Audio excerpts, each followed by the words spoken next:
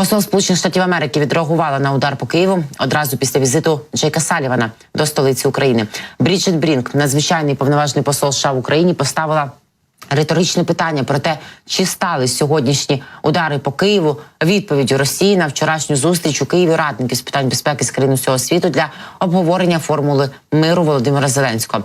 Гіперзвукова ракета «Кинжал» по Києву о 5 ранку. Поранення отримали 10 мирних жителів на момент написання Бріджит Брінк посту, бо зараз відомо вже про щонайменше 13 постраждалих. Серед них дитина. Дякую мужнім захисникам від ППО України, додала Брінк. І нагадаю, що напередодні 20 березня столицю України відвідав, зокрема, Джейк Салліван, радник президента США Джо Байдена з питань національної безпеки. Напередодні президент Російської Федерації Володимир Путін також заявив, що Росія може відповісти Україні на обстріли Білгорода, які тривають 1,5 тижні такими ж ударами. Оці удари возмездя, як завжди, вони погрожують.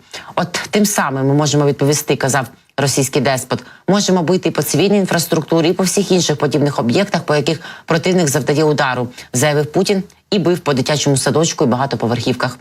Усього за 1,5 тижні в Білгороді та Білгородській області, підраховує їхня тамтешня влада, загинули 17 людей, поранення отримали 100.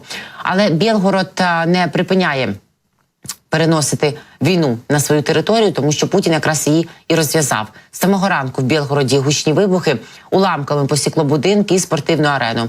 Вони тепер дуже активно бігають вулицями міста, тікаючи від сигналів повітряної тривоги та прильотів. Тому, в принципі, спортивна арена їм зовсім ні до чого. Тому що вулиці Білгорода тепер і є всі ареною війни, яку починає Путін. І з самого ранку в Білгороді пролунали вибухи, уламками пошкоджені внижчі багатоповерхівки та будівля.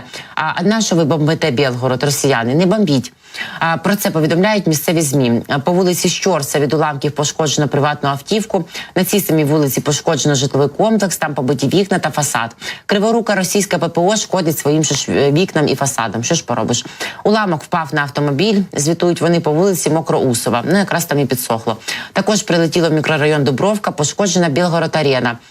Пам'ятаю, як за тиждень до початку повномасштабного вторгнення Російської Федерації депутати Верховної Ради України, зокрема і від Маріуполя, демонстрували і показували мені, який величезний, гарний спортивний комплекс, спортивну арену з басейном, з залами, секціями для тренування дітей, розвитку спорту було побудовано, зведено в українському тоді ще прифронтовому Маріуполі.